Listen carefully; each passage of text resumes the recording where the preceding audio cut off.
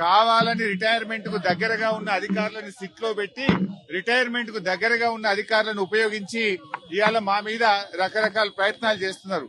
నేను మాత్రం ఒక్కటే చెప్పదలుచుకున్న అధికారులకు, మీరు అన్యాయంగా వ్యవహరిస్తే, అక్రమంగా వ్యవహరిస్తే, మీరు ఉద్దేశపూర్వకంగా మమ్మల్ని ఇబ్బంది పెట్టాలని ప్రయత్నం చేస్తే, మీరు రిటైర్ అయిన తర్వాత కూడా ఏ పొక్కలో దాక్కున్నా, సప్త సముద్రాల బయట ఉన్నా మిమ్మల్ని పట్టుకొచ్చి విచారిస్తాము. ఎవరిని వదిలిపెట్టే ప్రశ్నే లేదు. చట్టాన్ని అతిక్రమించినా, న్యాయబద్దంగా వ్యవహరించకపోయినా, ఉద్దేశపూర్వకంగా తప్పుడు ప్రచారం చేసినా, తప్పుడు లీకులు ఇచ్చిన పోలీస్ అధికారులను వదిలిపెట్టే ప్రశ్నే లేదు.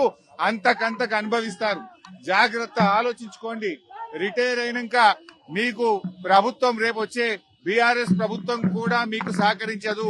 మీ సొంత డబ్బులతో సొంత లాయర్లను పెట్టుకొని మీరు కేసులు వాదించుకోవాల్సి వస్తుంది. అన్ని దృష్టిలో పెట్టుకొని న్యాయబద్దంగా వ్యవహరించండి, చట్టబద్దంగా వ్యవహరించండి. రేవంత్ రెడ్డి దావోస్ కేలి ఆయన ఇచ్చే డైరెక్షన్ లో కాదు, మీరు చట్ట ప్రకారంగా వ్యవహరించండి. దావోస్ నుంచో, సిపి నుంచో, ఇంకొకరి నుంచో తప్పుడు సూచనలు, వాళ్ళిచ్చే ఆదేశాలను మీరు పాటించి చట్టాన్ని అతిక్రమిస్తే మాత్రం దానికి మీరే బాధ్యత వహించాల్సి వస్తుందని హెచ్చరిస్తా ఉన్నారు.